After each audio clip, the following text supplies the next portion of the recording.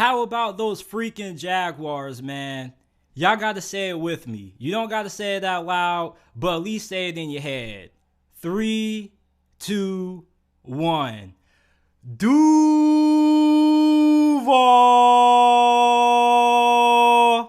The Jacksonville Jaguars are your AFC South champions for the first time since 2017. They beat the Tennessee Titans 20-16, and they will advance to the NFL playoffs. You guys don't know how big this win is, not just for this franchise, but for the city of Jacksonville. I don't know how many of you guys were in attendance at this game, but if you were, let me know what the atmosphere was at TIAA Bank Field. Because when I was watching this game on TV, this was one of the loudest home crowds that I have ever heard in all my years watching Jacksonville Jaguars football. Like, this city, these fans deserve a huge round of applause because they showed up and they showed out in this game. The home crowd definitely had a huge impact in the Jaguars winning this game. For Mike Vrabel, you have to be feeling incredibly upset right now because this game was the way that you wanted it to go. This was Tennessee style of football. They outgained the Jacksonville Jaguars on the ground. They controlled time of possession, and yet they still were unable to get the win. Tennessee did damn near everything possible that they needed to do to win this game. They held the Jacksonville Jaguars offense in check. Trevor Lawrence didn't look like the Trevor Lawrence that we have seen from the last couple of weeks.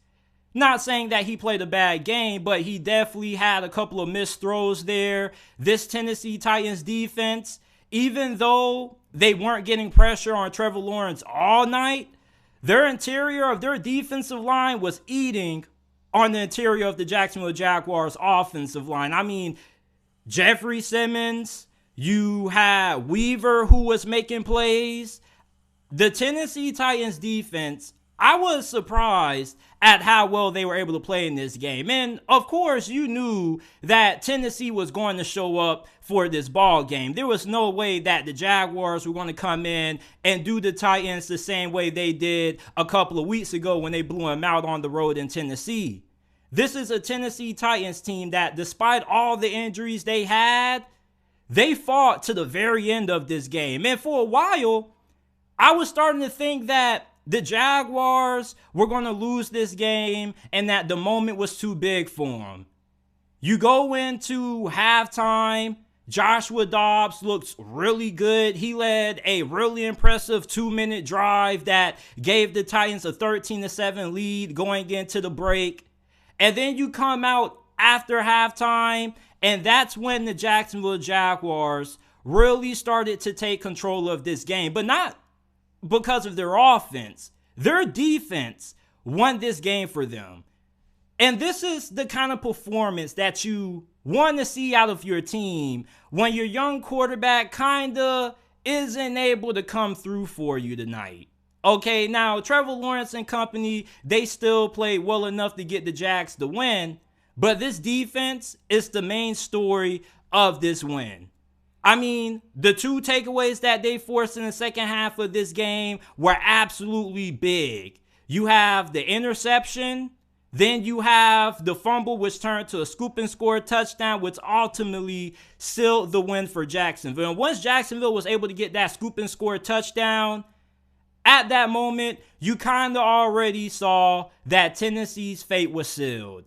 Tennessee is the kind of offense that they're not built to score fast or quick. They're the kind of offense that likes to be methodical, take their time going up and down the field.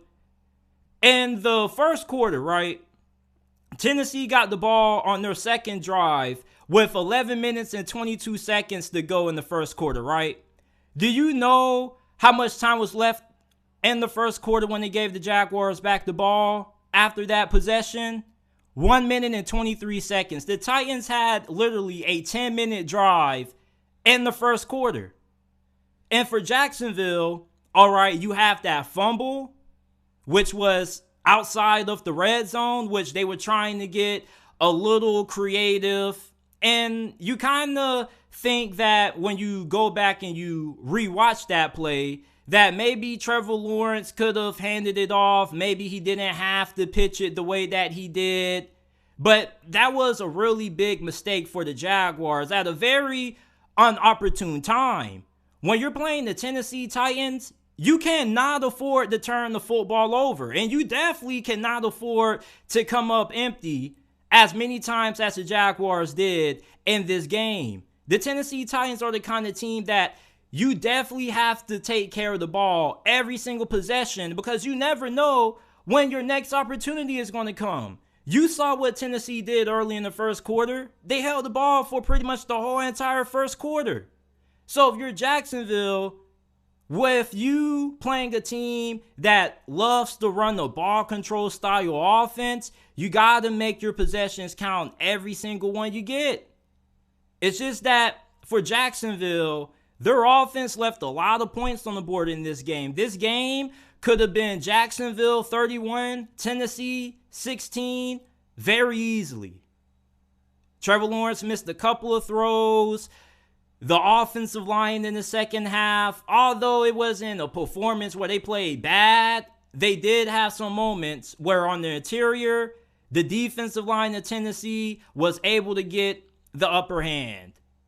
But although Trevor Lawrence didn't play one of his best games, this wasn't a bad performance. This was a pretty solid performance. It's just when you compare this game to the previous ones over the last, 3 to 4 weeks that Trevor Lawrence has played in, he's played at a really high level. This game kind of was the one that we thought was going to be the coming out party for Trevor Lawrence. We thought this was going to be the Dallas Cowboys game times 2.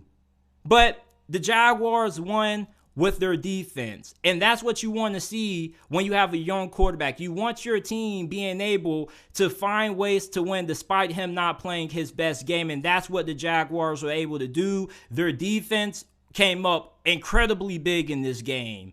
Last remaining drives, Tennessee's offense couldn't really do anything. As a matter of fact, they didn't really move the ball all that much in the second half. And who would have thought that if the Jaguars were going to win this game, it was going to be because of their defense. If this game was going to be close, we would have thought that it would have came down to a Trevor Lawrence game-winning drive to get Jacksonville into the postseason, not the defense stepping up the way they did. So happy to be from the city of Jacksonville. And no, I'm not a Jacksonville Jaguars fan. It's just that I spent the majority of my whole entire life and childhood in the city of Jacksonville. So I do have to root for Jacksonville. Even though I am a Steelers fan, I do root for the Jaguars on the side because Jacksonville is the city that raised me. And being 20 years old right now, living in the city of Jacksonville since I was 4 years old, I think the Jaguars have only been good 2 times in my whole entire lifetime. And with Jacksonville making it to the playoffs this year, I think this is the beginning of what could be a really long decade of success for Jacksonville moving forward with Trevor Lawrence and Doug Peterson at the helm at quarterback and head coach.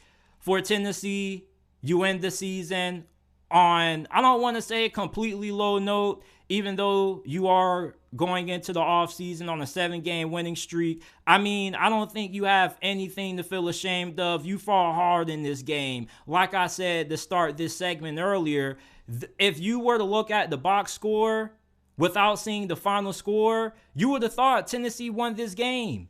This was Tennessee football that we saw tonight. They did everything that they needed to do to win outside of taking care of the football. I mean, Joshua Dobbs played as good as what you expect him to play for somebody who hasn't really spent all that much time with the franchise. As a matter of fact, I probably would say that Joshua Dobbs once again exceeded expectations with his performance in this ball game. Going into halftime, there was a point during the game where he had completed 8, 9 straight consecutive passes. I mean, the dude was on fire. He was good on third down. And then the second half came around, and the wheels just completely fell off the rails for the Tennessee Titans offense. Outside of Okonkwo and Treylon Burks and Derrick Henry, this team had a really hard time moving the football. Going into the offseason, you definitely know where Tennessee needs to get stronger at. I think they probably just need to go ahead and revamp the whole entire offensive line. Just go ahead, revamp it. You got a backup quarterback in Josh Dobbs, that's for sure.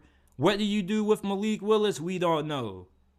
But if you're a Titans fan, I don't think you have anything to be upset about or to be ashamed of. You fought hard in this game. It's just when the game got close, or when palms got sweaty and chest got tight, Tennessee couldn't make the big plays when it mattered. And Jacksonville did. You knew that Mike Vrabel and this team were going to come in and they were going to be a tough out for Jacksonville. You knew that Tennessee just wasn't going to come in this game and roll over, even though they were playing on the road and a very loud and rowdy TIAA Bank Stadium or field, whatever they call it. So, I mean, I don't think anybody should be surprised by what the final score was. If you thought that the Jaguars were going to come into this game and roll Tennessee, then you haven't been watching too much Tennessee Titans football. This is the same Tennessee Titans team that went on the road to Arrowhead and took the Kansas City Chiefs to overtime with Malik Willis at quarterback. That should tell you everything that you need to know about the kind of team that Tennessee is. I think that no team in the NFL embodies the personality and the identity of their head coach better than the Tennessee Titans, and you saw it in this game. This was a fantastic game. May not have been a lot of great plays from an offensive standpoint, but if you're a fan of defense, you had to enjoy this game. This was one of my favorite games of all year to watch, and I'm probably going to end up watching it a couple of more times tomorrow and over the offseason. That's how much I enjoy watching this game. But the Jacksonville Jaguars are your AFC South champions, going to the playoffs for the first time since 2017 for one last time of the regular season. Can I get a Duval?